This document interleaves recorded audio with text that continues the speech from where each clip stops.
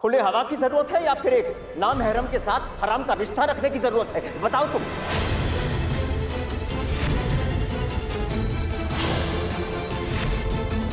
नहीं, अब तो उसका निकाह भी नहीं हो रहा है ना? क्या उसे भी अपने साथ दुबई ले जाने का मंसूबा बना लिया तुमने? ये आप क्या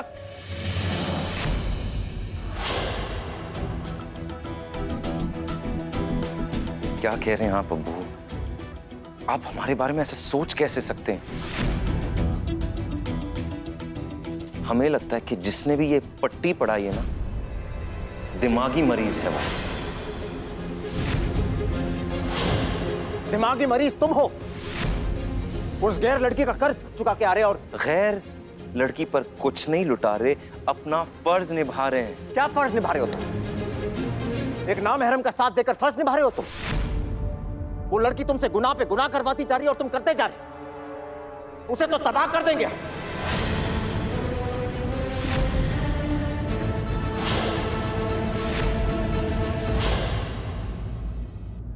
जब तक हम सांस ले रहे हैं अब्बू, इस दुनिया में ज़ारा को कोई छू तक नहीं सकता।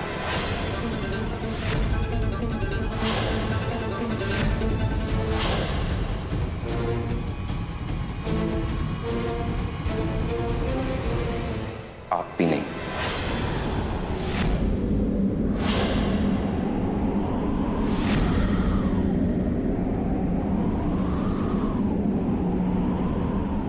पीर साहब, आप हमें बचपन से जानते।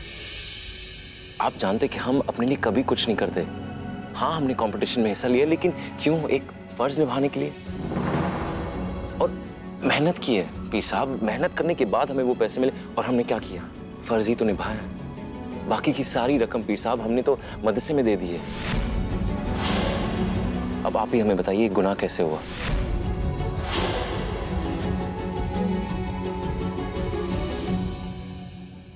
और हमारी आप सबसे मुआबिदाना गुजारिश है, आप कौम की खिदमत के लिए बने हैं तो कौम की खिदमत करें, हमारी नहीं, क्योंकि कबीर अहमद कौम नहीं है। आप हमारी कदर करते हैं, हमारी फिक्र करते हैं ना, मगर हम आपको बताना चाहते हैं कि हम जो भी फैसला ले रहे हैं सोचने और समझने के बाद ले रहे हैं। और अगर फिर भी आपको लगता है कि जो हम कर रहे वो गलत है, हमारी सोच गलत है, हमारे नजरिए गलत है, तो उसका जवाब हमें देना होगा हशर के दिन, आप दोनों को नहीं। बस कबीर, बस जाओ यहां से।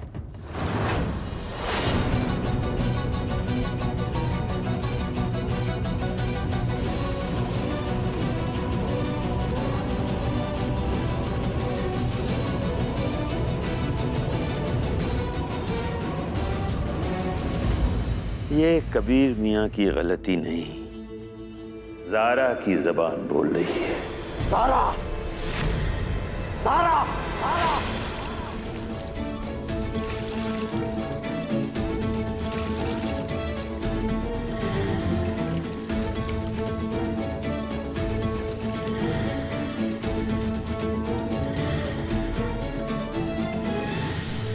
ज़ारा और की सोच ने हमारा बेटा हमसे छीन लिया है पीर साहब। सिर्फ छीना ही नहीं, छीन के दूर भी लेके जा सकती है। ज़ारा सिद्दीकी की यही सोच सिर्फ आपके लिए नहीं, पूरी कौम के लिए खतरनाक है। और इसका हल जल्दी से जल्दी ढूंढना होगा।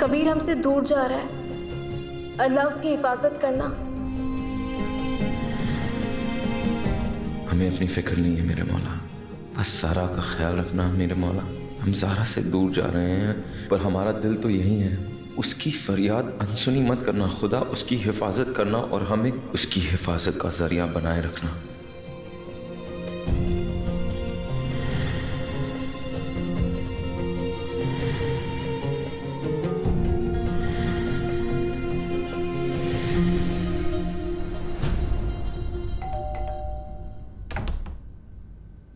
मुर्शिद आप? अस्सलाम वालेकुम। वालेकुम अस्सलाम। हम गरीब के घराने का बहुत बहुत शुक्रिया मुर्शिद।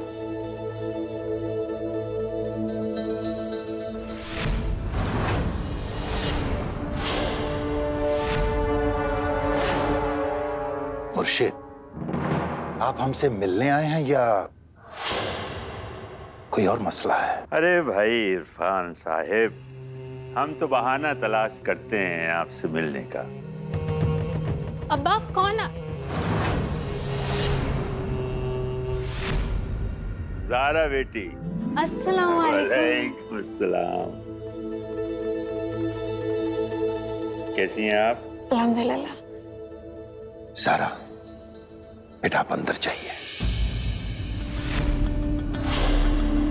मुर्शिद तशरीफ लाइए। ज़ारा बेटी, आपके अब्बा ने आपको अंदर जाने का हुक्म दिया है।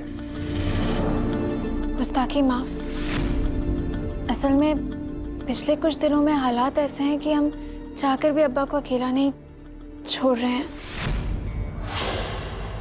आपसे और अब्बा से गुजारिश है कि आप लोग हमें यहीं रहने दें। हम आपकी फिक्र समझ सकते हैं। आप अपने वालिद का सहारा हैं, हमेशा उनके साथ खड़े रहना चाहती हैं, यही ना?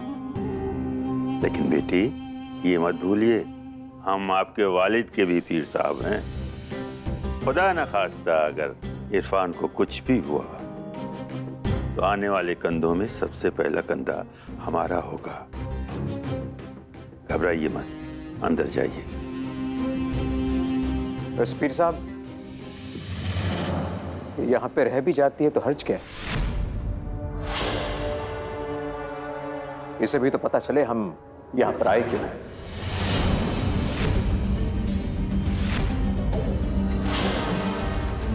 मुर्शिद तशरीफ लाइए।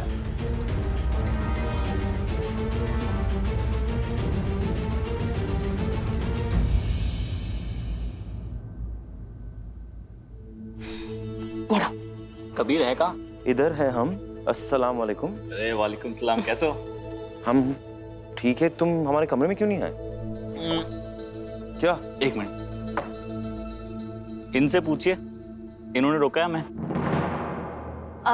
दरअसल कबीर वो तुम्हारे कमरे में आ रहा था, हमने उसे रोक दिया। तुमने उसे रोका क्यों? अरे कमरे की सफाई होना बाकी है ना, धूल मिट्टी में बिठाओगे अपने दोस्त को?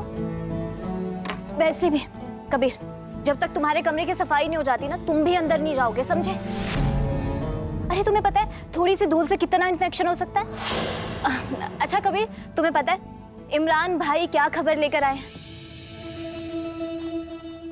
माफ करना, क्या कहा तुमने? हमने कहा तुम्हें पता है कि इमरान भाई क्या खबर लेकर आए? क्या खबर लेकर आए?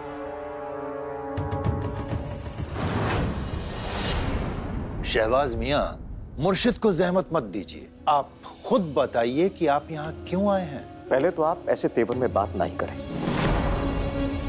आपको जेब नहीं देता काजी साहब। और दूसरा, आज सवाल हम करेंगे। आप ये बताइए, आपने अपनी बेटी का निकाह खारिज क्यों किया? आपके हर सवाल का जवाब देना हम जरूरी नहीं समझते शहबाज मियां। हमने अपनी बेटी का निकाह खारिज क्यों किया, ये हमारे घर का मामला है। हम भी तो आपके घर के हैं ना काजी साहब। अब हम पूछते हैं, बताइए ये निकाह क्यों नहीं हुआ?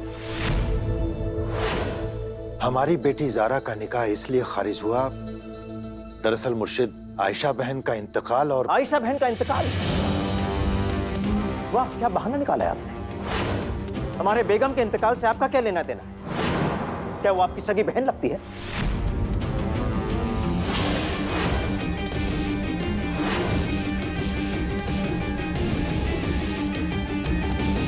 नहीं, आखिर आप और आपकी बेटी साहब क्या करना चाहते हैं? जब आपका हमारे घर से ना कोई वास्ता है, ना कोई नाता है, तो फिर निकाह खारिज करने की वजह हमारे बेगम के इंतकाल को क्यों बना रहे हैं? आप और ये घर एक इज्जतदार घराना है। कौम के लोग आपके अंदर अपना रहबर देखते हैं, और यकीन मानिए अगर कोई आप पर उंगली उठाता है तो हमें अच्छा नहीं लगता। बल्कि अगर ये कहें तो गलत नहीं होगा कि हमें बहुत बुरा लगता है। और वैसे भी काजी साहब, आपकी अजमत के लिए ये ठीक नहीं है। बस यकीन मानिए, खुदा गवाह है कि हम ज़ारा और कबीर पर तनकीद करना नहीं चाहते। अच्छा नहीं लगता हमें। दोनों बच्चे माशाल्लाह समझदार हैं, मगर हैं तो बच्चे ही। अब अगर ये भटक गए हैं तो इन्हें रास्ते पर भी तो आप ही लाएंगे ना। कबीर और ज़ारा का इस तरह साथ घूमना ठीक नहीं है। क्यों ठीक नहीं है?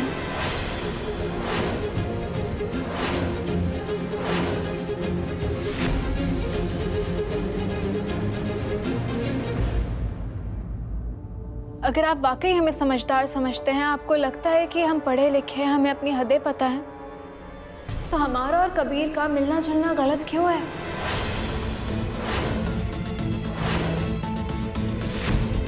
हमारा सब कुछ आप पे कुर्बान है मुर्शिद, और जुर्रत के लिए हम माफ़ी चाहते हैं आपसे। लेकिन आप तो हमें अपना बच्चा मानते हैं ना, तो बच्चों से इतनी सख्ती से पेश आना कहाँ का इंसाफ है? आप लोग जानना चाहते हैं कि हमारा निकाह क्यों नहीं हुआ? इसकी वजह कबीर नहीं है, बल्कि निकाह ना होने की वजह आयशा अम्मी का इंतकाल है। अब हमसे पूछा जाएगा कि आयशा अम्मी से हमारा क्या रिश्ता था। हमारा उनसे दिल का रिश्ता था, और जिनके भी सीने में दिल है ना, वो हमारे जज्बात जरूर समझेंगे। वो हमारी अपनी थी, और अपनों के जाने पे तो दुख मनाए जाते हैं ना कि निकाह किए जाते हैं। ओह, बिल्कुल सही कहा तुमने। निकाह नहीं किए जाते हैं, बस दुख मनाते हुए मरने वाले के बेटे से 80 लाख की छोटी मोटी रकम ली जाती है।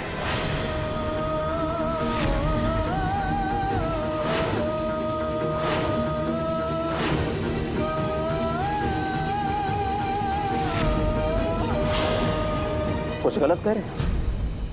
नहीं, बताओ हमें तुम, एक गैर मर्द से 80 लाख की रकम क्यों ली तुमने?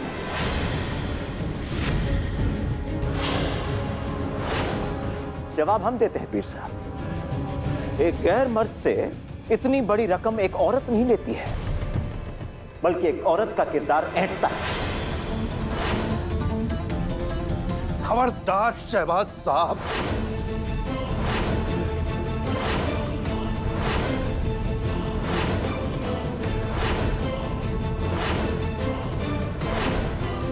हमारे किरदार पर उंगली मत उठाइएगा शहबाज साहब, वरना हमसे बुरा कोई नहीं होगा। रहने दीजिए काजी साहब, ये आंखें जो है किसी और को दिखाइएगा आप। और ये मत भूलिए कि दुनिया की भी आंखें सब देख रहे हैं कैसे काजी इरफान सिद्दीकी ने अपने बेटी के जरिए अपने 80 लाख का कर्ज हमारे बेटे कबीर अहमद से पैसे ऐंठ के चुकाया है।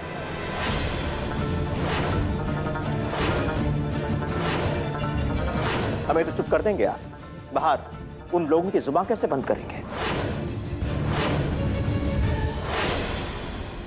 खुदा का तो खौफ कीजिए, किस लहजे में हमारे अब्बा से बात कर रहे हैं आप। और हमें लोगों की परवाह नहीं है, हम अल्लाह के बंदे हैं। और इस दुनिया का क्या है, वो तो आज तक कभी किसी को नहीं समझी, हमारे और कबीर के रिश्ते को क्या समझेगी? ये कौम तहकीक करने के बाद फैसला करने वालों की कौम है, लेकिन अफसोस आप सब लोग बिना सोचे समझे हम पे उंगली उठाने चले आए। अब्बा, कबीर ने हमें 80 लाख रुपए दिए हैं, लेकिन उसने हमें खैरात नहीं दी है, बल्कि अपना फर्ज निभाया है। और कोई कबीर के जज्बात समझे या ना समझे, हम उसके जज्बात अच्छे तरीके से समझते हैं। हमने कबीर से अपने सारे बंधन तोड़ दिए हैं, और उसका एक आखिरी फर्ज बचा था, अब वो बंधन भी टूट चुका है। गुस्ताखी माफ, लेकिन हमें लगता है कि आप अपने बेटे कबीर को समझने में नाकाम रहे, इसलिए यहाँ हंगामा करने चले आए। हमारे अब्बा तो कभी आपके घर नहीं है। आपको पता है क्यों? क्योंकि हमारे अब्बा हमें समझते हैं और हम अपने अब्बा को समझते हैं। रिश्ते काबू करने से नहीं, बल्कि एक दूसरे से बातचीत करने से चलते हैं। पर अफसोस, ये सुख हर किसी की किस्मत में नहीं होता। आपको लगा कि आप यहाँ आएंगे, गर्मा गर्मी करेंगे, हंगामा करेंगे, हम पे चिल्लाएंगे और हम आपको पैसे दे देंगे। माफ कीजिएगा, हम आपको वो पैसे नहीं लौटाएंगे। अगर हमने ऐसा किया तो ये कबीर के साथ नाइंसाफी होगी। कबीर अपने सारे फर्ज खत्म करके इत्मीनान से दुबई जाना चाहता है और हम कबीर का इत्मीनान नहीं छीनेंगे, हरगिज़ नहीं।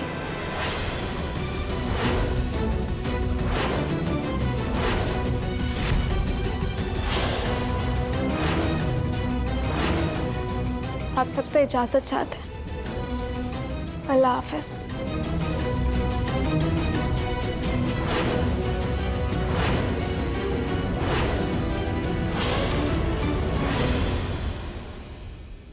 आपने खुद अपनी आंखों से देख लिया इस लड़की को, कितनी मुंहजोर हो गई। कभी कभी तो हमें काजी साहब की परवरिश पर ही ताज्जुब होता है। परवरिश तो दोनों की ही काबिले गौर है शहबाज साहब। सुबह आपके बेटे ने भी मुंह चोरी करने में कोई कसर नहीं छोड़ी। कभी आपने सोचा है शहबाज मियां किसका कसूर है? कबीर और ज़ारा दोनों बगावत पर आमादा हो चुके। अलबत्ता आपके इस नुक्ते नजर से मुत्तफिक हैं कि कबीर को बगावत के लिए ज़ारा का साथ हासिल है। इस मसले का कोई ना कोई हल तो निकालना ही पड़ेगा, वरना ये परेशानी आपके गले की हड्डी बन जाएगी। कुछ तो करना होगा। हमारे जहन में तो बस एक ही तरीका बाकी है, इसे हमेशा हमेशा के लिए खामोश कर दिया जाए। दिमाग खराब हो गया है आपका, कुछ अंदाजा भी है आपको क्या बोल रहे हैं? ला हौल वला कुव्वत।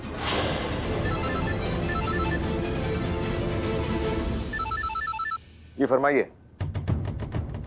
अच्छा भाई, ये तो बहुत अच्छी बात है जी, शुक्रिया शुक्रिया। अच्छी खबर सुनने के लिए हमारे कान तरस गए थे। अल्लाह हाफिज। पीर साहब, कबीर ने मदरसे के लिए जो इमदाद दी थी, उस इमदाद से खुश होकर मदरसा कमेटी ने उसकी शान में एक जलसा रखा है। हम मीडिया को बुलाएंगे, इसकी नुमाइश करेंगे ताकि सारी कौम को पता चले कि हमारे बेटे ने कितना बड़ा काम किया है। और एक बार कबीर दुबई चला जाए, फिर हम सोचते हैं हम इस लड़की का क्या कर सकते हैं।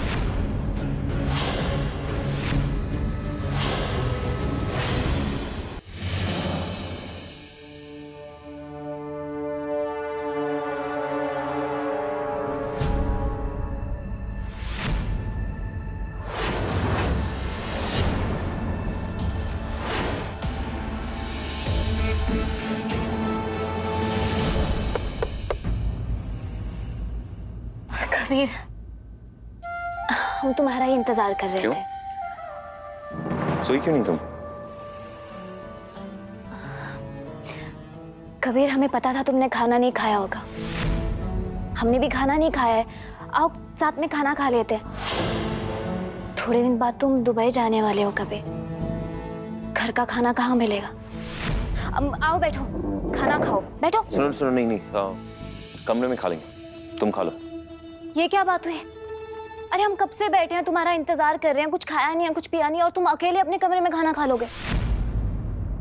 आओ हमारे साथ बैठकर खाना खाओ। खाओ ना हमारे साथ। कभी देखो, खाना तुम्हारे इंतजार में ठंडा हो चुका है, खा लो।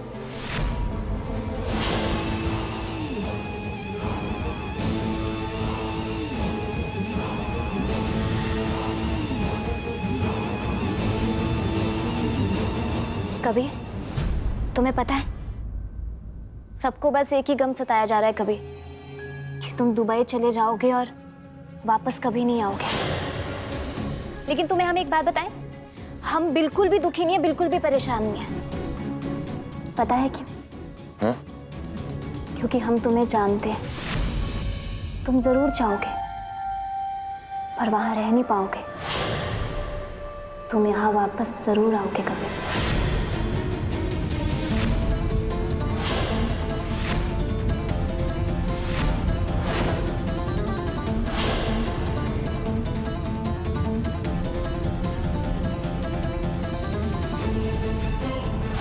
तुम्हारी जिंदगी पर सिर्फ हमारा ही हक है। हमारे और तुम्हारे बीच आने वाली हर दीवार को हम गिरा देंगे।